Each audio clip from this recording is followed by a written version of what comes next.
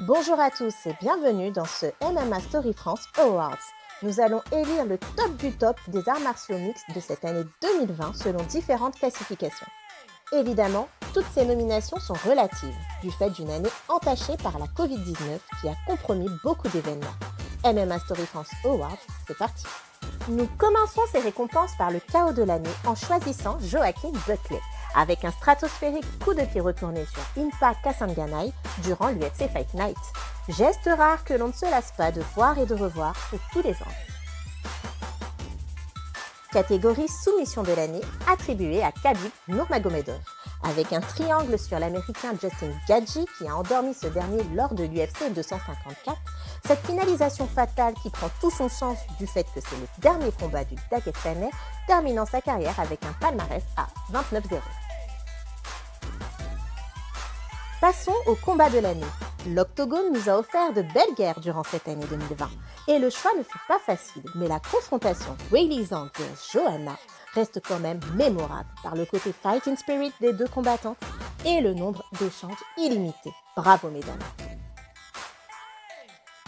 Pour la catégorie combattant de l'année, l'award s'est attribué à Deiveson Figueiredo. Le Brésilien qui évolue à l'UFC dans la catégorie des poids mouches nous a montré qu'il avait les épaules d'un champion et que dans l'adversité, il répondait toujours présent malgré le contexte pandémique.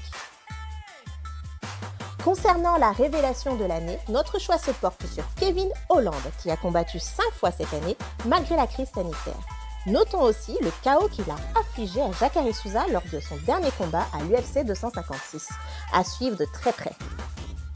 Dans la catégorie combattant français, nous décernons l'award à Morgan Charrière, qui s'est accaparé de la ceinture des poids plumes au Cage Warrior en battant Perry Goodwin.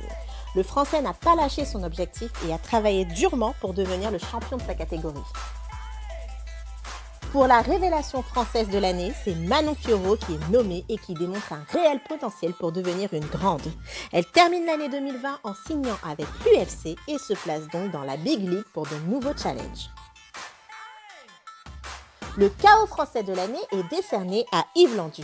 Lors du Bellator Paris contre Tim Brazier avec un flying knee dévastateur, Yuno nous a montré que l'on peut compter sur lui pour l'avenir. L'année 2020 s'achève, nous nous retrouverons l'année prochaine pour une nouvelle année sportive. Pour ne rien louper de nos publications, n'oubliez pas d'aller vous abonner à MMA Story France.